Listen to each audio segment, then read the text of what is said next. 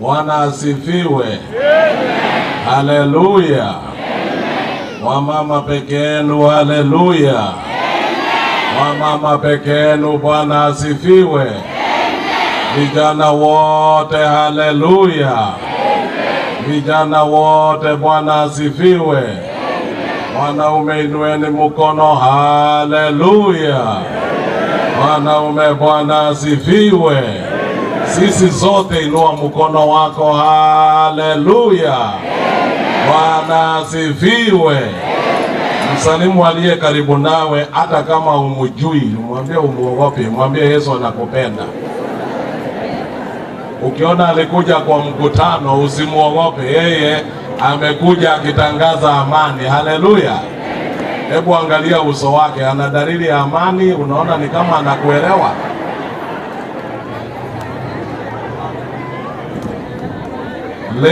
Leo niko na habari njema. Siku ya Jumatano iliyopita, Jumatano ilikuwa ni birthday yangu.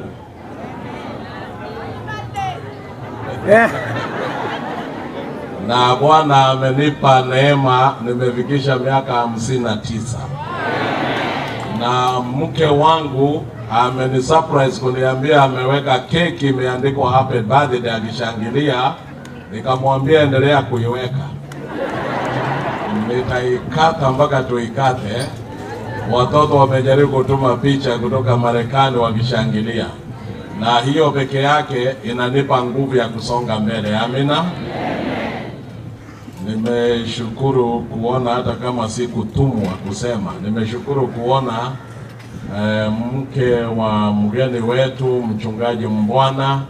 Nimemwona mama amefika, na mimi sina haki ya kutangaza yeye, lakini maana ninafundisha familia nilifurahi sana. Na ukweli hujaona kitu kizuri. Kuna wanaume wengine hapa duniani uzuri hawako hapa. Akiona mke wake amekuja anamuuliza umekuja kufanya nini? Maana anaona, lakini wanaume hao hawako hapa. Bwana asifiwe. Sisi zote tunashukuru, na mimi pasta atatueleza zaidi, maana ukweli sina haki, sija qualify kusema mambo hayo. Lakini kwa ufupi, leo ninaendelea sehemu ya 3 ya wanaume. Tunazungumzia juu ya wanaume, na ndio ningependa nimalizie na sehemu hiyo ili kesho tuingie juu ya watoto wetu. Na leo tunapoangalia, ningependa tuangalie ni kwa nini wanaume wanakufa mapema.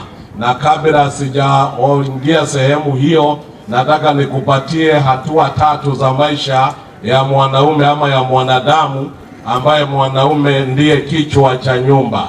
Tunaposoma katika Biblia, neno la Bwana linasema wazi juu ya maisha yako na maisha yangu, na ndio inakuja kutuonyesha juu ya nyumba. Hiyo ni Zaburi 90 nalo fungu ni la 10. Tunasoma, jina lako litukuzwe Bwana. Tunapolisoma neno lako tupatie ufunuo. Tuomba katika jina la Yesu aliye mkombozi wetu. Amen. The days of our lives are 70 years, and if by reason of strength they are 8 years. Yet their process only labor and sorrow, for it is soon cut off, and we fly away. Verse 12 inasema, so teach us to number our days, that we may gain a heart of wisdom. Neno linasema siku za miaka yetu ni miaka 70. Kama tuko na nguvu miaka 80. Lakini kweli ni watu wangapi wanafika hapo? Alafu inasema ikiwa ni miaka 70, kama tuko na nguvu miaka 80. Hao wa miaka 70 mpaka 80 ni mtu ambaye hajakutana na accident mahali popote. Kama ulianguka, unaanguka saa zote na gari, unaanguka mara unapigwa na gari, unapigwa na pikipiki. Singojee kuja kufika miaka 80. Unaanza kuumwa ukiwa na miaka 40. Na kama mlikuwa mnapigana ukinywa pombe, umepigwa unangolewa meno. Sasa unangojea tena kuja ufikie miaka 80 ya kuzeeka. Utaenda kabla siku hiyo, lakini sasa nikutishe. Biblia inasema siku za miaka yetu ni miaka 70, kama tuko na nguvu miaka 80. Neno la Bwana linasema, basi Bwana utupatie moyo wa hekima ili tujifunze kuzihesabu siku za miaka yetu. Dr. Miles Munroe alikuwa anazungumza akifanya mkutano Nairobi, kisha alienda Tanzania, by then alikuwa Dar es Salaam kabla hajaenda kufa. Na ndiye alikuwa anasema mwanaume ambaye ni very successful ni mwanaume ambaye ako na vision, anaweza kupanga maisha yake, anapanga familia yake. Leo ningependa niwapatie mfano tu kidogo. Neno la Bwana linasema unapaswa na utaishi miaka 70 kama hauna hatia na hauna kasoro katika afya yako. The starting point ni mahali ambapo umezaliwa na utaenda miaka 70.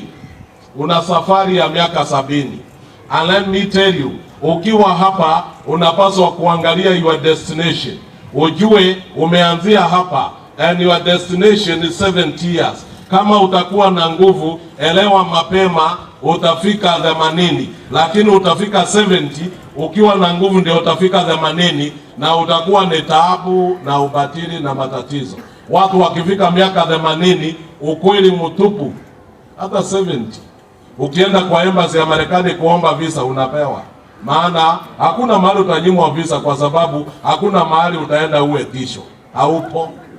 Ungali uko hai, mtu mzuri, huwezi fanya chochote, huwezi ajiriwa kazi mahali popote. Ni Kenya tu unaweza ajiriwa ukiwa na miaka 70. Ni Kenya tu, maana utaona wazee wengi watu above 70 wanaajiriwa kazi ya sungusungu. Mtu amefanya kazi amezeeka ameisha, halafu anaenda anauza kazi ya watchman. Mzee anavalishwa kabuti kubwa, viatu nzito, hata kutembea tabu, na jioni kabla saa 3 mahali analinda alishalala. Halafu unasema uko na watchman. Kule Central Kenya ofisini tulikuwa na mzee mmoja wa aina hiyo. Hata kabla hatujafika nyumbani tumaliza devotion tufanye nini? Amelala. Na aligunduliwa na wezi. Walikuja usiku, walikuta amelala. Wakavunja nyumba ya mchungaji kutoka nyuma. Wakaingia kitchen. Uzuri naye akakutwa hakuna mlango wowote ndani ya nyumba amefunga. Walikutwa kwa kitanda. Walimulikwa hapo. Na mzee ako nje amelala. Mmoja amewekwa akae karibu na yeye. Akiamuka afanyiwe kazi nyingine, hakufanya asiondoke hapo. Uzuri hakuamuka. Na pasa aliibiwa, kila kitu iliibiwa. Tena akaamushwa, akaambiwa wafungue mlango. Vitu ikatolewa kwa mlango. Na ni my neighbor. Ni mama tu alipiga yoe. Akachapwa kofi moja, akaambiwa usipige kelele maana tunaingia kwa jirani. Na kwa jirani ni mke wangu, alikuwa peke yake, mimi nilikuwa Bugema. Halafu baadaye ndio mzee alikuja kutafutwa mahali amelala, wakishaiba na wakaenda. Na kuelezwa wezi walikuwa hapa, anasema hawajakuja hapa. Ni makosa kuajiri mtu ambaye ameenda mpaka amemaliza mileage, expire. Siku za miaka yetu ni miaka 70. Kama uko na nguvu miaka 80. Sasa nataka nikuambie na nikupatie kwa haraka. Kama huu ndio mwanzo, the first 25 years ambazo unatumia uko mkononi mwa wazazi. Wewe ni mtoto, unalewa, unasomeshwa, uko shuleni, uko labda secondary school, umemaliza. The first 25 years uko mikononi ya wazazi wako na marafiki. Ukweli haujajua maisha. Na within this period, iko 12 years, 0 to 12 years, hiyo ni miaka ya childhood, ya utotoni, umechanganyikiwa, you are self-centered. 13 to 19, ndio unasikia 13, 14, 15, 16, 17, yani teen to 19. Hiyo ni adolescent age, ambayo ni ya confusion. Mtu yoyote iko between 13 and 19, hayuko. Nataka nikuhakishie, anapaswa kushikwa mkono, asaidiwe, apelekwe pole pole. Hata akikosea usimpige, unapiga mtu mgonjwa. Already ni confused. Ni mtu confused. Kila anahitaji ni upendo na mashauri na ukae na yeye. Na wewe baba usipige mtoto wakati yako katika age hiyo. Ndio hata kanisani tunawaita pathfinder. Pathfinders ni watu wanaotafuta njia. Hawajui mahali wanaenda. Hata kule kijijini, hata ndani ya nyumba. Ndio unaona mtu akiwa 13 to 19 Hata katoto kasichana kameolewa leo kwa Onyango, after 1 week kamerudi nyumbani. Wiki hiyo ingine kameolewa kwa Ondieki, after 2 weeks kamerudi nyumbani, kameolewa kwa Njoroge. Baadaye katakuja kana mimba na utajua ni ya nani. Ukijaribu kuongea kanataka kutumia madawa kafe. Mama anataka kukaokoa, mzee anakuwa mkali akisema mama na mtoto wako pamoja. Na hiyo ni kutoelewa, ni mzee haelewi. Na mama mpaka protect mtoto. Niliwaambia juzi watoto wote ni wa nani? Wewe baba hauna watoto, lakini wanaitwa kwa jina lako ili uendelee kulipa karo. Wataitwa kwa jina lako uendelee kulipa karo, uendelee kutoa chakula, uendelee kununua nguo. Lakini ukweli wa mambo, watoto ni wa mama. Kwa hivyo hata wakati kuna shida, hata wakati una discipline yeye na unampiga, usipige kana kwamba unaua nyoka. Uelewe huko kwa wenyewe, hiyo bomba huko ni itaitwa kwa jina lako, lakini ukweli si yako kabisa. Fanya na mpango. Ndio unaona mtoto anakosea, mama anaambia mtoto ngojea baba yako, ngojea sijui utarara wako, utapigwa mpaka. Aliyekosea ni mtoto, aliyeona ni mama. Mzee hakuwako, lizee linakutwa, linawekwa kama baiskeli kuwekwa pumzi. Mtoto alikuwa, mtoto amefanya, mtoto lizee linaendelea kufura. Alafu mama akichochea mpaka mzee afure ya kutosha, mama anauliza swali. Mimi hata nauliza, kwani nyumba hii ni ya nani? Kwamba huyu ndio anatawala ukiwa hapa. Lizee sasa limegongwa ya mwisho, anaitisha mshiki. Ile vita mtoto watapata na mzee bila kiasi. Wewe mwanaume, nataka nikuambie maisha yako huko hatarini. Yule ambaye amekuchokoza na amekuchochea ni mama, na anataka upige mtoto na ujui ni maksi yako inarudi chini, unapoteza kura. Mwenye kuchochea kisha chochea unachukua, unapiga. Halafu kisha piga inafika mahali anasema muache sasa, amesikia. Nilikwambia utachapwa na baba yako. Si umeona? Muache sasa. Amesikia. Mzee akisikia muache, anaacha. Yaani ndume inawekwa switch on, kupiga. Halafu inawekwa switch off, acha. Halafu akimwacha mzee aache peke yake bila kuongea na uondoke hapa nitakuharibu sura mara moja. Mtoto anaondoka. Baadaye unasikia Kemuto, mama anaitana jikoni, Kemuto ama Kamau, anaitwa jikoni, anapewa ndizi. Wewe ulifukuza yeye na teke, mama amempa ndizi. Sasa nataka nikuulize, ni nani aliyechochea mtoto apigwe? Nani alikuwa karibu kuua mtoto?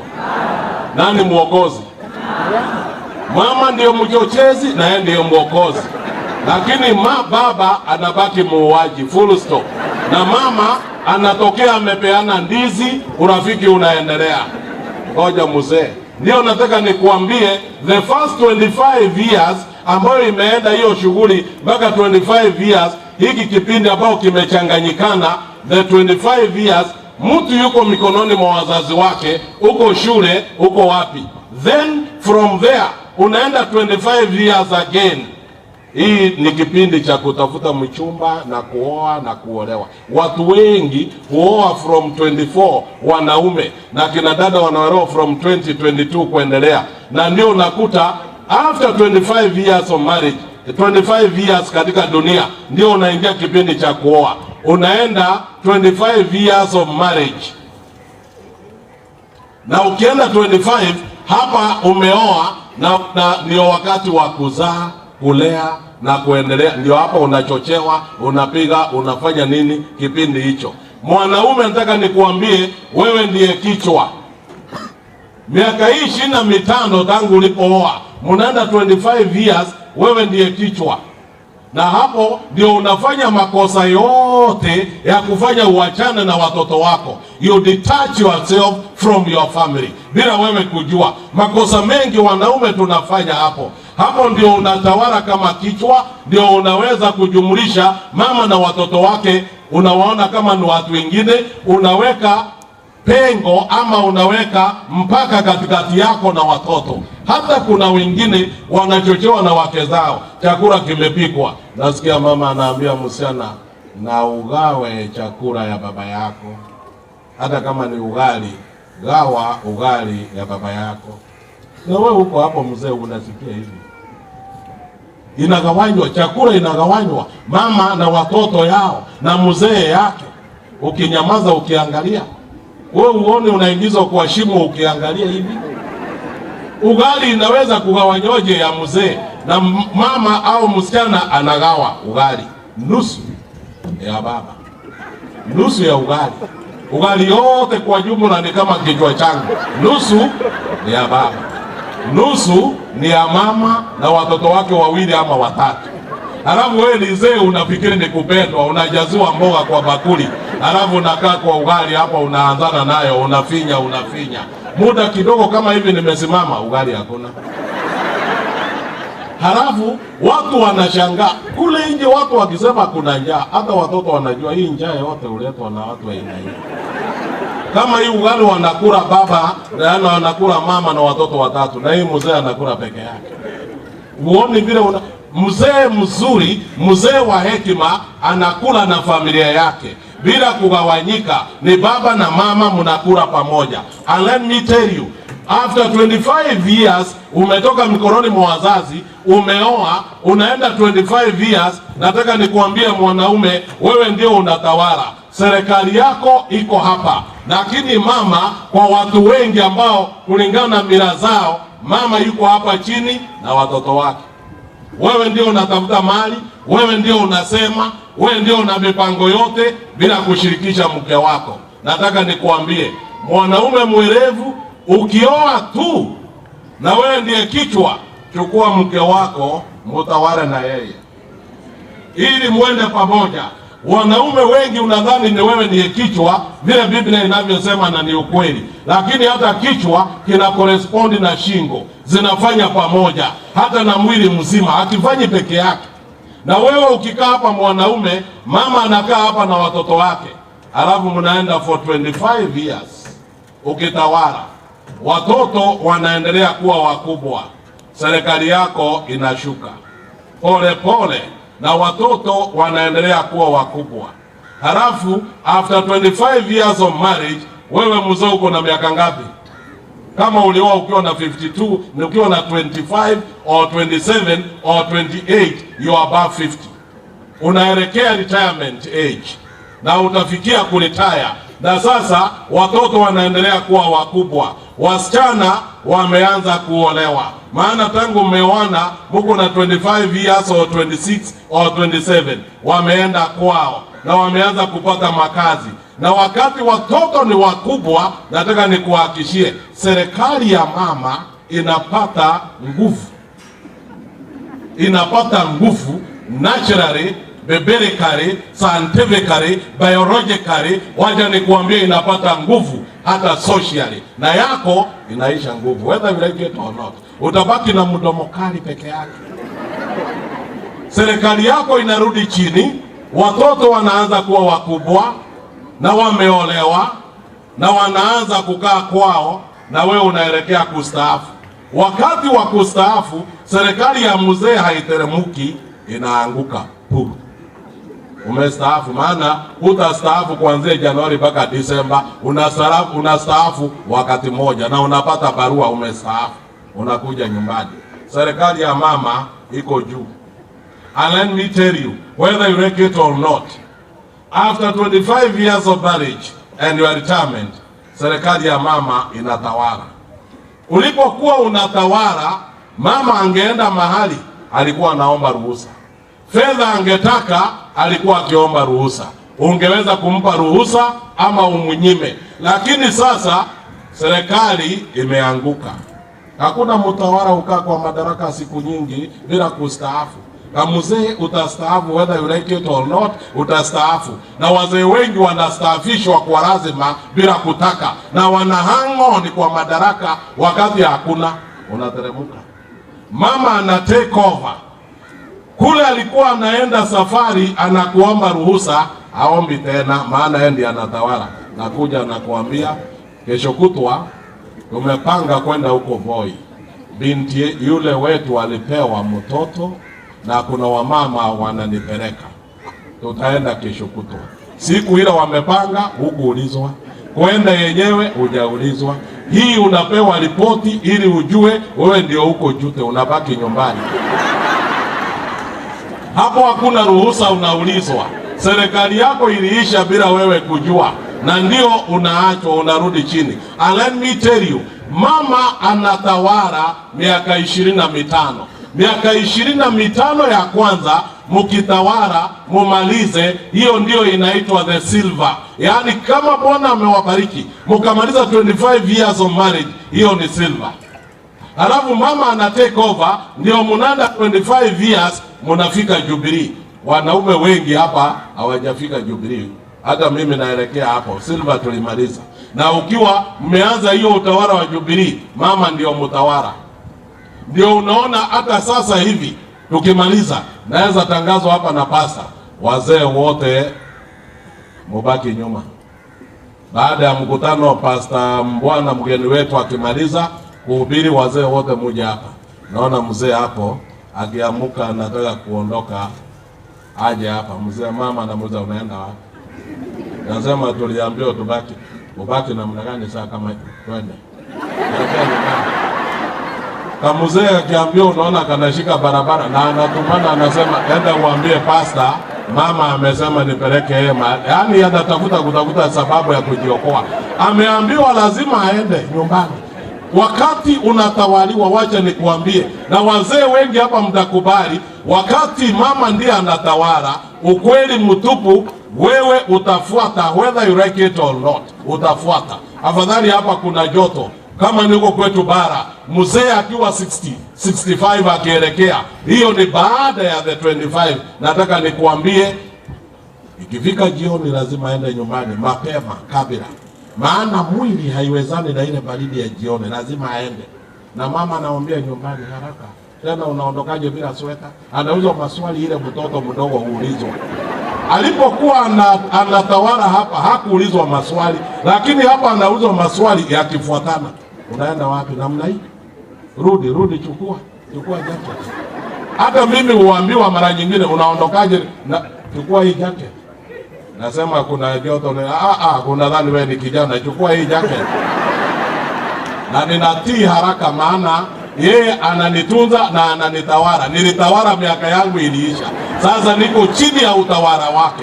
Ndio niliambia wengine hapa, wakati watoto wenu ni wakubwa na wameenda, mnabaki wawili. Sasa ndio inafika mahali unatumwa hapa, na uwezi kataa, maana sasa uko chini ya utawala mwingine na utatumwa express mpaka utakapoenda kaburini. Wacha niwaambie wanaume, baada ya 25 years ya mama ya kutawala, nataka niwaambie mama akimaliza kutawala, muko na miaka mingapi sasa? Wale mathematicians, kama ulifanya vibaya shuleni kwa hesabu usijibu, ngojea wenye hesabu. Nauliza, baada ya utawala wa mama muko na miaka mingapi? Chukua the 25 ulipokuwa peke yako, 25 ambao ulitawala, 25 ambao sasa ni mama alitawala. Baada ya mama kutawala, utawala wake umeisha, muko na miaka mingapi? Utawala wa mama ukiisha, utawala wa mama uishe, Jubilee, watoto wana take over. Watoto ndio wana take over. Mzee hutarudi, ulitawala ya kwanza uliisha. Sasa mama anatawala imeisha, watoto ndio wana take over. Kama mungali muko na miaka 75, kila mmoja wenu ni mgonjwa. Kulingana vile tumefundishwa kanuni za afya, maana tuliharibu mipango mingi hapa tukapitana. Mwili unauma, wewe ni mgonjwa. Hata kama ulinunua ploti 10, huwezi uza hata moja. Watoto ndio nasikia wanasema tutauza, lakini wacha tukaulize familia, tukaulize watoto. Mwenye kununua ni wewe. Ulinunua ile miaka, lakini uliondoka kwa madaraka. Hii mali ni ya umma, ni ya muungano, stakeholders, baba, mama na watoto. Sasa mko mkononi mwa watoto, mtahamishwa hata kule mnakaa. Mtakaa mahali watasema, watawalinda vile wanataka, utapelekwa kwa medical check up hata kama hutaki. Utalialia unaumwa, unawekwa kwa gari.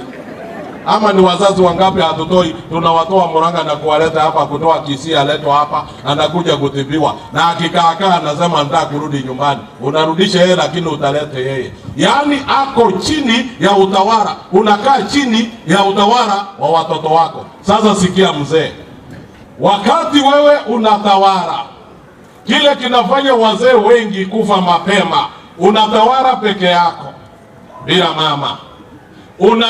Unachapa watoto wako, unachapa mama yao, uonyeshi upendo kwa mama yao. And the best gift you can give your children is to love their mother.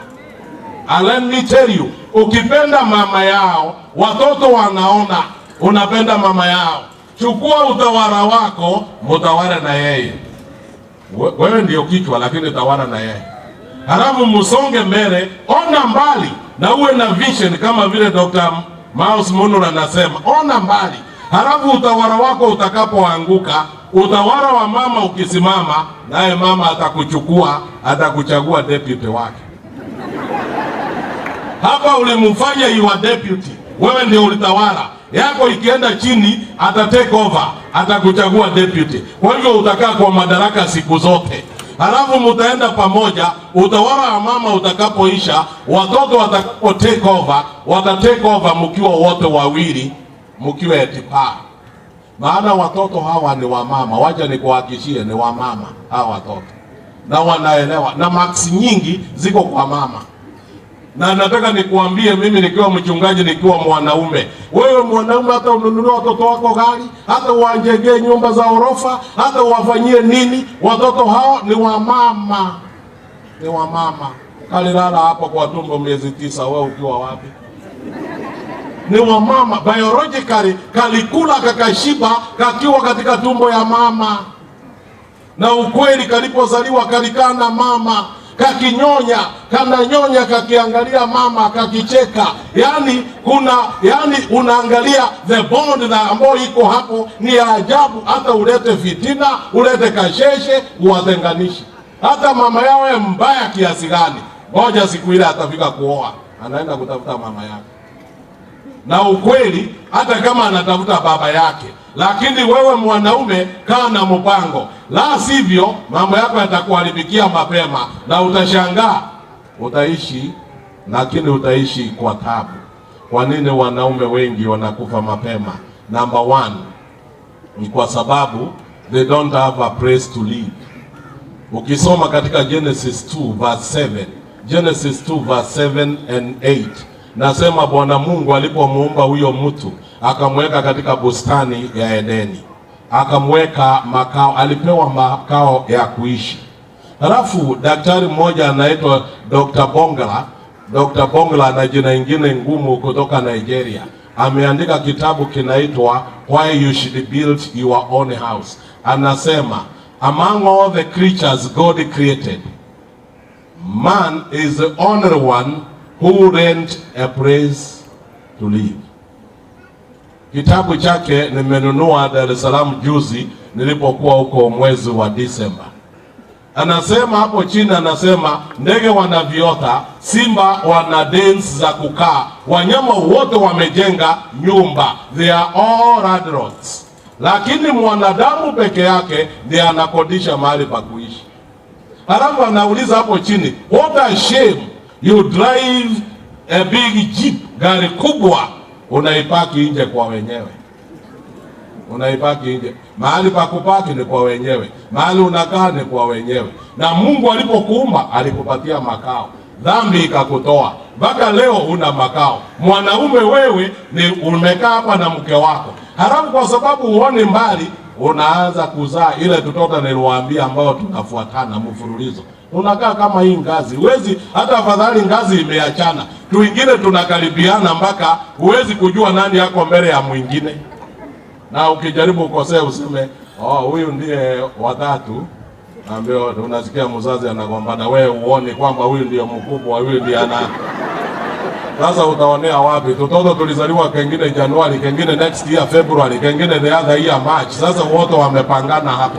Let me tell you, mwanaume anakufa mapema kwa nini? Hana mahali pa kuishi. Namba 2, kwa sababu hana diet nzuri, hali kulingana na mpango wa Mungu. Mimi kwa diet siongei wakati profesa wangu wako hapa, lakini ukweli utagundua mwanaume mke wake anakaa nyumbani na yeye ameingia jioni ndani ya nyumba na mkate wa bofro, pakiti ya maziwa, na jana aliingia jioni na mahindi ya kuchoma. Nataka nikuhakikishie utakufa na utakufa kwa njia ya kushangaza, na watu wa Mungu watakuja kuchanga pesa ya kupeleka maiti nyumbani, lakini ni mpango ulikuwa naye mbaya. Namba ya 3, kwa nini mwanaume anakufa mapema? Ni kwa sababu hakujali the care ya your helpmate. Ulipewa msaidizi, na msaidizi ambaye ni mke wako hukumjali. Kwa hivyo hana kazi kwako, ako hapo kwa ajili yako.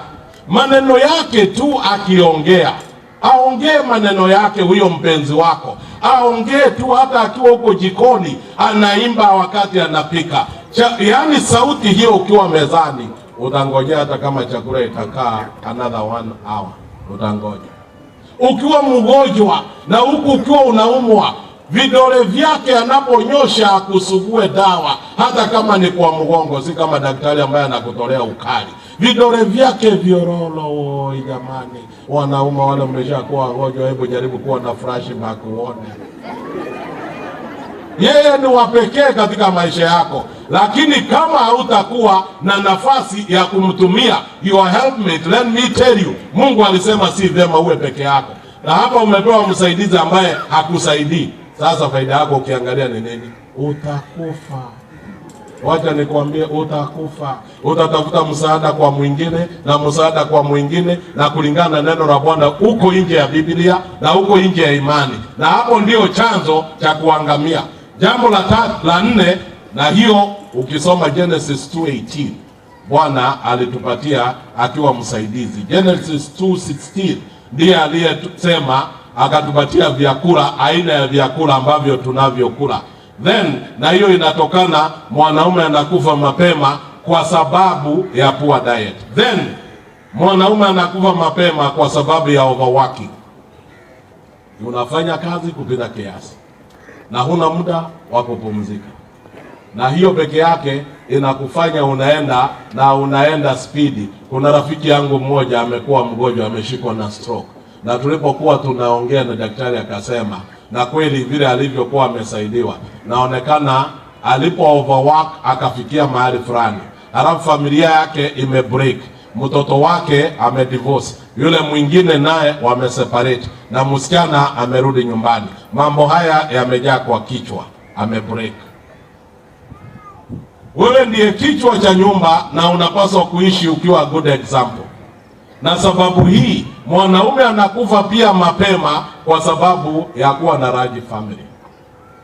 Na hapa kwa large family naweza kusema matajiri hawajui kulea watoto, na wawezani na watoto kabisa, ndio sababu wanazaa watoto wawili wakiwa wengi watatu. Watu waliosoma hawawezani na watoto na hawajui kulea watoto, ndio uzaa wawili na wakizidi ni watatu. Maskini peke yao ndio wanajua juu ya kulea watoto, na ndio wanazaa 7 mpaka 9 mpaka 11. Hawana tabu na kulea. Masikini wana ujuzi wa kulea watoto, hawajali kulea. Na waliosoma wanajua watoto is a big task, wanazaa wawili ama watatu. Waliosoma, matajiri wanazaa wawili ama watatu, lakini masikini hiyo si tabu kwake. 7 mpaka 11. Formula ya kualisha hana tabu. Githeri jikoni debe moja. Mahali pa kulala anaweka double decker 2. Wasichana wote wanalia hii double decker na vijana wote hii. Na wakizidi mpaka waangalie wengine vichwa pande hii na miguu pande hii. Wana formula ya kuwaweka bila kujali masomo yao, bila kujali afya yao, bila kujali. Na ndio sababu watoto hawa wanalewa maisha mabaya, wanatokea na afya mbaya, na elimu mbaya, na result ya elimu mbaya. Kwa sababu hiyo maisha yote ni ya bure, yanakaa hivi. Na ndio unasikia wazazi wa aina hiyo wanauliza elimu ya bure, ili wapeleke watoto wakasome elimu ya bure, na results zenyewe zitatoka zikiwa za bure, na yeye ataenda kuajiriwa kazi kulingana na hiyo level hiyo. Ataenda kutafuta kazi ambayo inalingana na hiyo elimu hakuna, na ataenda kuajiriwa na waliosoma. Ndio hao utawakuta wameajiriwa kazi ambazo ni za mikono. Unafanya kazi ngumu, mapato kidogo. Maana uliweka watoto hapo ukaweka wengi, na nataka nikuhakikishie mwanaume mwerevu haupasi kuzaa. Kama kwetu Kikuyuni walizoea kusema ukizaa kijana ni baba yako, ukizaa msichana ni mama yako, ukizaa kijana mwingine baba ya mke wako, ukizaa kama msichana mwingine mama ya mke wako. Halafu na kwa bahati mbaya mama yako awe karibu na kwambia sasa amebaki fulani, unapewa oda. Yaani na wewe unaendelea kuzaa kama ulipewa oda ya watoto kupeleka mahali, na mwenye kukuambia zaa hii ana siku chache aende akuache, na kuambia utaumwa, utakula tabu. Ndio unaona tu mzee mwingine ukimuuliza miaka yake unahuzunika, yeye ni mzee zaidi kuliko miaka. Halafu ukimuona vile ameisha mwili hayuko, halafu anakutisha anafanyanga mazoezi, lakini hata ukiangalia sura yenyewe haikaribiani na mazoezi mahali. Na ndiye anakuambia watu wa ukoo wetu tunakuanga wembamba hivi. Si watu wa ukoo, huyu mtu wameisha. Mapato hakuna, chakula taabu, mke wake ndio unashangaa. Hata ukiona mke akitembea ndio utagundua woi, Mungu saidia. Yesu akirudi kweli wataenda mbinguni, lakini ni katika taabu tupu hapa, taabu ingine huko. Na ndio unakuta large families. Na mara nyingi mimi husema na hupenda kushauri, kama ulipanga utazaa watoto watatu na mko na familia ya wewe na mke wako, ya nini unalete your in-laws kwa hiyo boma? Unalete dada zako na ndugu zako na wa mke wako, wote wanajaa hapo. Na kama utawezana nao na ni watatu kutoka upande huu na wawili wote ni watano, na watoto wako wawili wote ni watu 7, si ungezaa yote 7 kuliko sasa unalea watoto wako na wa mama wengine. Hii nyumba uelewe ni yako, and you should protect your wife from your own family members, ili mke wako akae na afya na ukae na amani. Maana watajaribu kuingia wakiwa intruders. Kanyumba kale uko naye, choo ni moja, bathroom ni moja, watu ndani ya nyumba 12. Kesho asubuhi mnataka kwenda mapema, watu wote wamepangana line hapo foreni, wanataka huyu akitoka bathroom mwingine aingie, mpaka muanze mapema kuoga 1 hour mapema. Taabu tupu. Kama ungekuwa na watoto wako wawili na unajua na mko wawili, you manage them. Mimi sikuambii usisaidie watu wenu, wasaidie, lakini mlipie karo huko kwa hiyo shule, aende huko, lipa boarding school, akitoka patie nauli aelekee kwao. Akienda huko kuna mahali kwao, aende mahali mama yako na baba yako aliwazalia. Wenyewe hao ni watoto wa mama mwingine na ni watoto wa baba mwingine. Ni vile tu huyo baba ni baba yako na huyo mama ni mama yako, na hawa ni ndugu zako, ni dada zako. Lipa wasome, hata kama watapita kwako wapitie leo, walale kesho. Kwa jina la Yesu waombee, wacha waende kwao, wazoee kwao, na watoto wako wazoee kwako. Hebu kwako iwe ni kwako na kwao iwe ni kwao, ili mke wako wapumue. Na wewe mwanaume usijifanye ati baba yangu alikufa, unajua baba alikufa zamani, sasa mimi ndio nasaidia familia, ndugu zangu wote. Nani amekuzuia? Saidia, wasaidie, lakini wakae kwao. Na ninawaambia from experience, mimi mwenyewe tumejaribu nikalete kutoka kwa mke wangu na wengine kutoka kwetu, ukalete hapo tunasomesha, na watoto wetu ni 3 vijana. Halafu saa zote ni kesi, matatizo saa yote ndani ya nyumba. Nikamwambia mama, imetosha, tutawasaidia wakiwa kwao. Na tangu tulipoamua, Mungu naye akatubariki, wakakaa kwao na tukawasaidia kwao. Watoto wetu wakasoma wakaenda, tukabaki 2 na tunawasaidia wakiwa kwao. Na wacha nikwambie, hata usaidie watu wa ukoo wenu na uwasaidie hata na mamilioni, hata uwapeleke shule, na ikiwezekana wapeleke mpaka wakasomee udaktari milele. Hakuna atakaye kushukuru. fitina, siasa, maneno mabaya. Huyo mke ndio mbaya, ndiye anazuia tungesaidiwa. Mungesaidiwa, kwani wewe ni wa Red Cross, kazi yako ni kusaidia wale wengine saa yote. Mungu alikubariki ili uweze kusaidia familia yako. Wanaume wanakufa mapema kwa sababu ya poor environment. Unakula vibaya. Watoto ni ngapi? 7. In-laws ni wangapi? 6. Wote ndani ya nyumba 13. Nikinunua mkate wa brown, niende kwa mke wangu na watoto wangu 2, ninanunua mkate. Huyu ako na watoto 14 wako wake na wote wa kuokotwa. Ndio naona wanaume wengi wanunui mkate ama matunda. Itaenda kuliwa na nani? Hata msimu wa kuchoma mahindi, unafikiri utachoma mahindi utachomea wapi? Hata ukiangalia watazima moto, labda muhakishe jiko 3, tabu tupu. Kwa hivyo kile ambacho nakuambia mwanaume, organize yourself. Mwanaume timamu, panga mahali pa kuishi. And let me tell you, nikimaliza na nyinyi wanaume leo, panga unaishi Mombasa. Never try to relocate when you are above 60. If you have been here in Mombasa for the last 20-30 years, nunua mahali pa kuishi hapa Mombasa.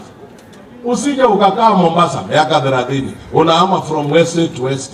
Alafu unasema nimebakisha miaka 2 ni saafu. Kwenu ni wapi? Ni saafu. Mbali. Umejenga bado. Mbali. Unajuana na watu wa nyumbani hujui. Alafu sasa ile umehamishwa, ndio naambia kanisa sasa muje muniage. Unaagwa ulikuwa umefanya nini hapa ndio tukuage? Na unatafuta mchango wa kupeleka nyumbani. Kwa nini usinunue Mombasa? Utafute mahali ununue, jenga kwako. Na ikiwa ni lazima uende kwenu, utaki kukaa Mombasa, anza mapema kabla. Jenga, uwe unaenda huko, zoeana na watu wa Geshagi. Na ukae nusu mtu wa Geshagi. Na ndio ukirudi town unakaa mtu wa town. Alafu ukienda huko unakaa mtu wa huko. Na sivyo hamisha town huu, upeleke Geshagi ukae kama mtu wa huko. Na ukae kama town. Usikae hapa, maji unafungulia, stima ni chwa. Unaingia hapa ndani, unafurash. Halafu umehamishwa, unaenda nyumbani, umestaafu. Halafu ukienda nyumbani, Msarani 50 meters. Huko mbali 50 meters. Usiku na huko na running stomach. Umekula mavitu ya Geshagi ambayo endeshani na tumbo lako vile ulizoea, na ni usiku na kunanyesha. Maji ni ya shimo. Unavuta na ile kitu. Halafu tumuzee tunapangana ya Geshagi na kofia na bokora. Tunakuja kukutembelea. Hujazoeana na hii. Miezi 2, miezi 3. Nasikia mzee amekuwa mgonjwa. Hospitali haraka. Muda usio mrefu umeenda. Hutaweza, huwezi kuishi hiyo maisha. You relocate, unapaswa relocate when you are still young. Ukirelocate when you are above 60, wacha nikuhakishie, heri pia uende ili kuliko tusumbuke kupeleka mwili nyumbani. Enda mapema ujipeleke, maana unaenda kufa. Jipange mapema mwanaume. Tabu ikikuzidi mwanaume, tabu inapokuzidi maisha yanakuwa magumu, ndio mnagombana wewe na mke wako saa zote. Hebu jipange, na kila mwanaume muadventista na mama muadventista, let me tell you, Mungu wetu ni wa maono, Mungu wetu ni wa mpango, Mungu wetu amekupa akili. Panga mapema, kuwe na makao. Hata kama kweli utaenda ufe, unapokufa unaacha mke wako wapi? Na wewe mama usikae kama mzigo, tuende nyumbani. Tuende. Tutakaa hapa ndio. Tununue gari, haleluya. Kataa mambo ingine. Si kila kitu unaambiwa unasema amina. Mwambie la, tunapaswa kujenga, tujenge. Muwe na nyumba yenu, mahali ambapo mmoja akienda mwingine atabaki. Halafu na watoto watakuwa wakisema kuone wapi. Saa zote unasema unakimbia Christmas, unakimbia holiday, unakimbia wapi? Lakini nyumba yako iko wapi? Unaweza kuonyesha mtu nyumba yako iko wapi? We are town dwellers ni kweli, lakini ukweli wewe unaishi hapa. Unaishi kutajirisha mtu mwingine. Umelipa nyumba miaka 20. Hebu hesabu hiyo rent ya kila mwaka times 20. Ya kila mwezi times 12 times 20. Uone hiyo imetosha ujenge nyumba yako na ingine ya kupangisha. Panga, ona na uweze kuwa na maono. La sivyo, ndio unaona unaanza ukasirika ukisema kanisa halina upendo. Si kanisa halina upendo, ni wewe mwenyewe hauna maono. Na ukweli, enda ujiangalie kwa kioo leo. Ujiangalie, uliza Mungu, mtu wa aina yangu kweli hana maono? hana maono, uangalie. Halafu uulize, mtu wa aina yangu nimekaa Mombasa miaka 20, nimenunua wapi? Ujiangalie. Jaribu kuchukua audit ya maisha yako, uulize, mshahara hii ninaokula inanitosha mimi na mke wangu? Angalia.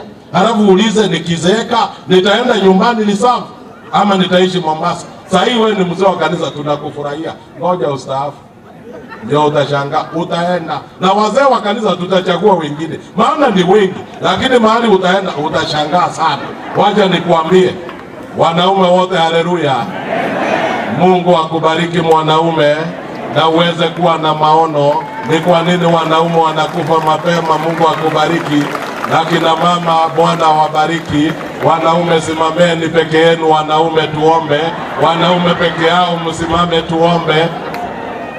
Tuombe wanaume, tunaomba. Halafu tukimaliza tu kuomba, kama hauna hiyo DVD pale ambayo inasema Men Under Attack, kwa nini wanaume wanakufa mapema, hatungeweza kumaliza yote, lakini kesho nitakuja kuingia juu ya watoto, na nitaingia juu ya watoto, mtoto na mama, mtoto na baba, na nitakuwa nikiguza zile ambazo sikumaliza. Lakini nakuombea mwanaume, ndio sababu wewe ni mwanaume na uliumbwa kwa sura ya Mungu, umwakilishe Mungu hapa duniani. Wewe ni mtu wa maana sana. You can still conquer the past and create greatness in you. Haujachelewa. Nataka nikuhakikishia haujachelewa. Mungu wetu atakufanyia maajabu. Amina.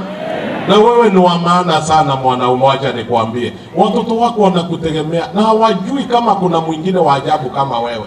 Na mke wako duniani, dunia ambayo iko na 7.1 billion people, mke wako ni wewe tu. Wacha nikuhakikishie, ni wewe tu. Na ndio unaona anakaa kwako, maana ni wewe tu.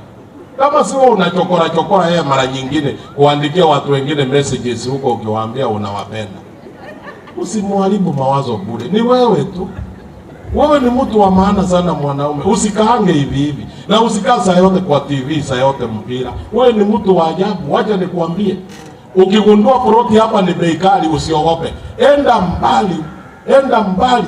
Toka kwa hii mji, enda huko mbali kilomita 20.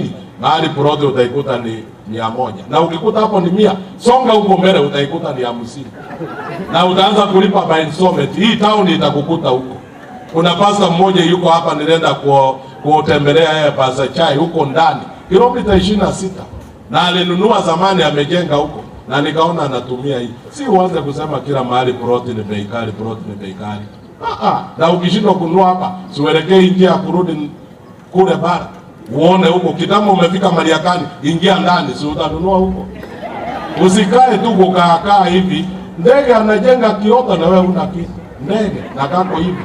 Na wewe tuombe. Mtakatifu Baba ishie juu mbinguni na katika mioyo yetu, jina lako na litukuzwe. Wewe ndio uliyesema mwanaume aumbwe tena kwa sura yako, na Bwana tukatokea. Na ajabu ukasema si vema mwanaume akae peke yake, na kwa hakika ukatupatia msaidizi, na ndio kila mmoja ana mke wake. Na ajabu ukaongeza tuweze kuwa na watoto, na Bwana ukasema ni thawabu kutoka kwako. Yesu, jina lako na litukuzwe kwamba ulitupatia hata na watoto. Na ukaongeza ukasema tutawale dunia.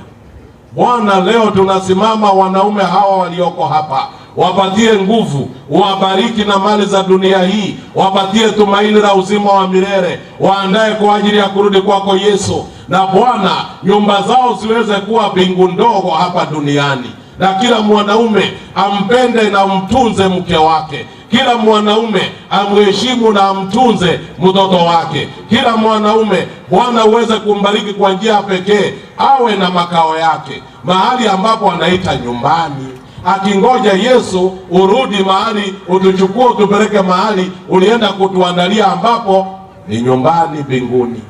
Wanaume wote walioko hapa Baba uwabariki, wale wagonjwa uwaponye, wale wana matatizo katika ndoa zao Yesu tunawaombea matatizo hayo uyatatue. Tupatie amani katika nyumba zetu, ndoa zetu uzibariki Bwana, na tunawaombea. Ninaomba haya katika jina la Yesu aliye mkombozi wetu.